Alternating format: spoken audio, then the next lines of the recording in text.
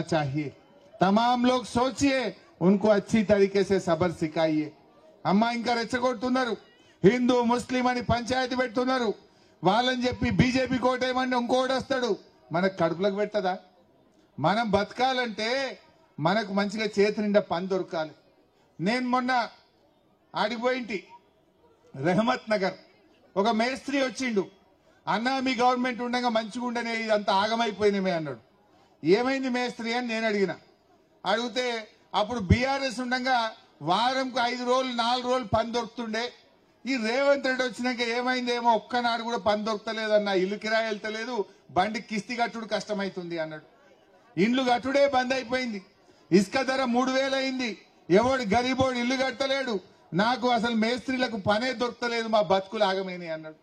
ఒక ఆటో ఆయన కలిసిండు, అన్న కేసీఆర్ సాబ్ ఉండగా నెలకు 1500 2000 రోజు సంపాదిస్తాము, ఈ రేవంత్ రెడ్డి వచ్చినాక 500 కూడా దొరకలేదన్న, ఇంట్లో భార్య పిల్లల ఫీజులు కట్టలేకపోతున్నా, ఇల్లు కట్టలేదు, ఇంట్లో పోతే భార్య తిడుతుందన్న అంటుండు.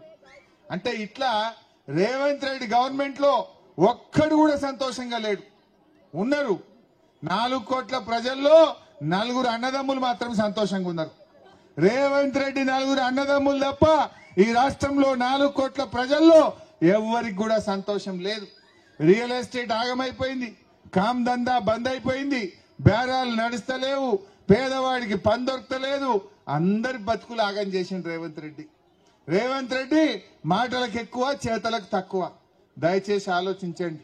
బీజేపీ ఇక్కడ ఎవరైనా కొంతమంది ఉంటే తమ్ముళ్ళారా, నేను ఒక్కటే కోరుతున్నా, ఇలా బీజేపీ డిపాజిట్ వచ్చే పరిస్థితి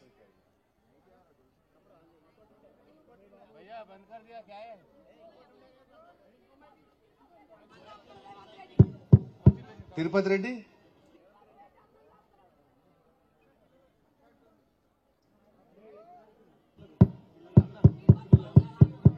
దా బేట, ఇగో మా సునీతమ్మ బిడ్డ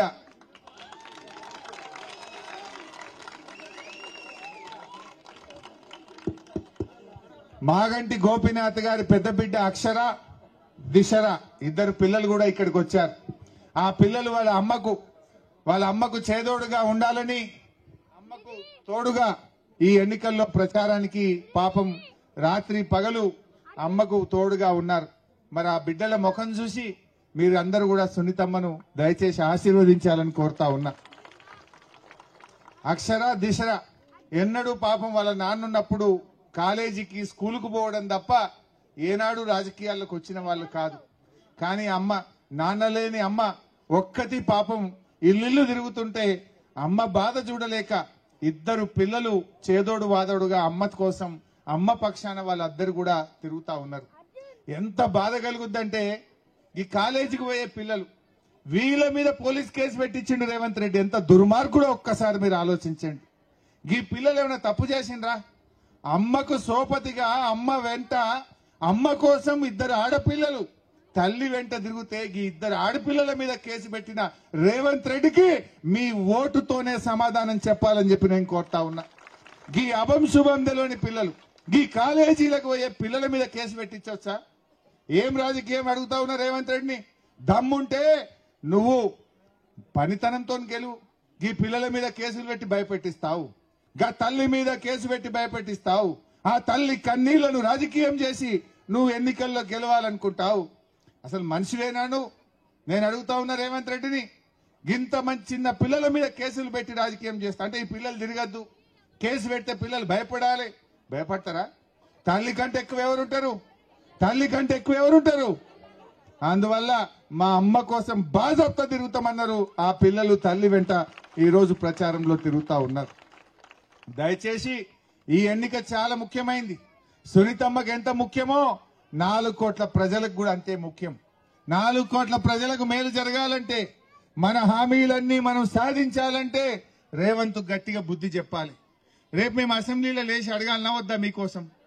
ఇప్పుడు జూబ్లీ హిల్స్ లో బై ఛాన్స్ ఒక్క మాట అంటున్నా, రేపు తప్పిపోయి గాని ఆ గుండాగాడ్ ఆయన గెలిచిండనుకో కాంగ్రెస్ ఆయన, ఏమంటాడు రేవంత్ రెడ్డి? మేమేమయ్యా నువ్వు అంబేద్కర్ నగర్ గులగొట్టద్దు, హైడ్రా బంద్ చేయన్నామనుకో, అరే నేను గులగొట్టా అనగా నాకే ఓట్లేసి బరాబర్ గులగొట్టా అనడా? అంటాడా? మేము అడిగితే ఏమంటాడు? నువ్వు మస్తు చెప్పినావు, నువ్వు చెప్పినా నాకే వేసి నేను బరాబర్ గులగొడతాను అనడా? హైడ్రా పెట్టి పేదల బతుకులు ఆగం చేయడా? మరి హైడ్రాలో ఎందుకు పొంగిలేటి శ్రీనివాసరెడ్డి మంత్రి ఇల్లు కూలగొట్టాడు? రేవంత్ రెడ్డి తమ్ముడు గీన్నే పక్కపొంట తిరుపతి రెడ్డి ఇల్లు కూడా నీళ్లలోనే ఉంటది, అది మాత్రం కూలగొట్టాడట. ఆయన తమ్ముంది కూలగొట్టాడట, మంత్రి పొంగులేటిది కూలగొట్టాడట, చీఫ్ విప్ మహేందర్ రెడ్డి ఇల్లు